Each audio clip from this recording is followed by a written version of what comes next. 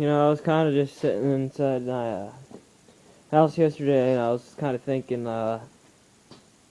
maybe it would be a good time to show you what I'm all working on, because there's a lot and that I've been doing right now. So, anyways, got a pressure washer here, and let me just say, I'll let you know if it's mine or if it's someone else's, because a lot of this stuff I'm just working on for people.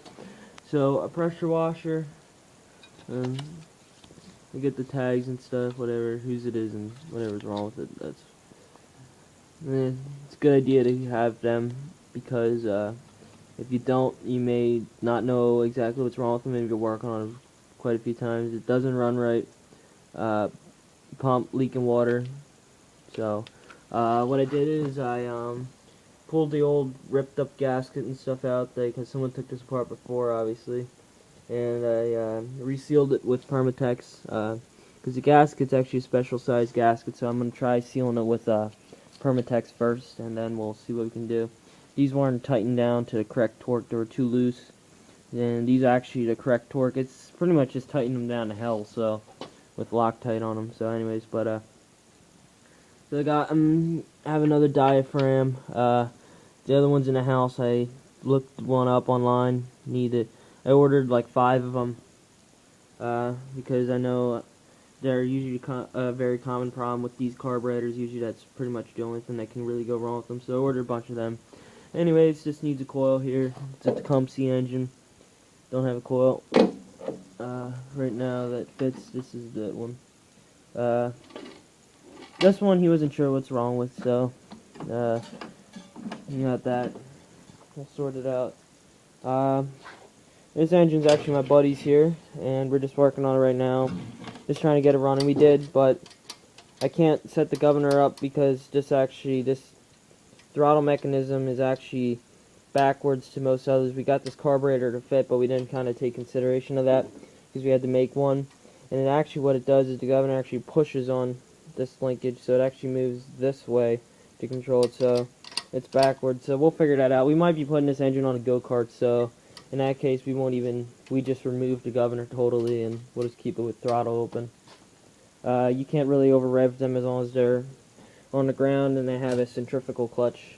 This engine here, I made a video of it before. It runs good. I'm going to do some work with the carb. My tractor build, this is kind of just something that we decided to become creative with. And, yeah, it's pretty much what you see here is what's being done to it. Plus, it made it go fast, making it go faster. Dual drag pipes coming out the top and stuff. We're gonna get the front of the hood on here, just the front piece with the headlights, and then I'm just gonna have like bars coming where the hood would have been. YZ, I haven't touched that thing in a while, so I don't have any money right now to fix it. There's a whole bunch of DT250 parts that when I tore it down, a lot in that crate right there and stuff. So we're gonna get them all sold and stuff, get them out of here. Don't need to have it used for them. Turn on this light in here. I'll show you. I got some other stuff. I got this Briggs & Stratton lawnmower. It's all finished. It runs good and stuff. It starts up. I ain't gonna start it now. 2 chainsaws. I don't know what's wrong with them. I know the Pullen has a bent bar. These are kind of just homeowner saws, and there's that one there. Don't know what's wrong.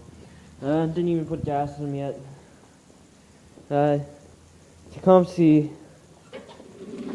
engine, Murray, thing fires right up.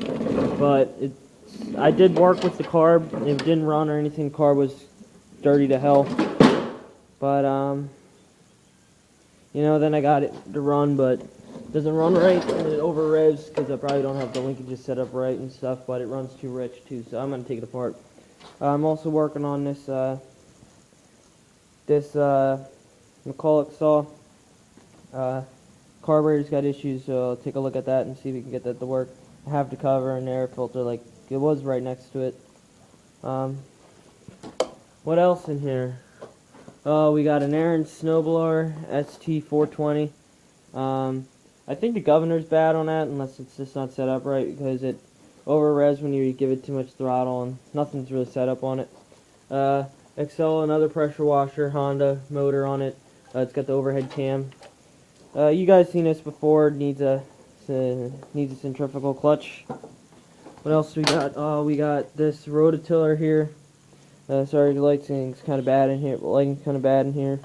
It's the same as mine over here. Same engine and everything, and it just faces the opposite direction. And you can even hear. This one almost feels like it has more compression. But I'm not going to mess with it because they both ran good. Not this one. This one didn't run good. But, yeah. And I noticed the choke lever's mechanism is busted on it. And when you do get it started, the starter clutch just screeches really bad. So we'll have to take that apart and got to make sure we got lube on the little shaft between the starter clutch. You know, I'll explain that. And not that there's any grease inside the bearings, or sometimes when people put oil in them, sometimes it starts to form like a grease-like stuff. Go-kart runs good, but I'm going to replace a fuel pump diaphragm that's in here. It's kind of like a pumps fuel because it all of a sudden will just randomly die out and stuff. So I'll try doing that, see if that gets it done. Like I said, none of this stuff's really mine. It's just a lot of it's just fixing. Here's one of my creations, $30 lawn tractor.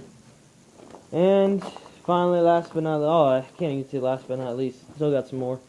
I got the Yamaha Blaster. It's my buddy's, but we're keeping it down here to play with. This thing usually fires up pretty well. I bet you I'll be able to fire this thing up first kick.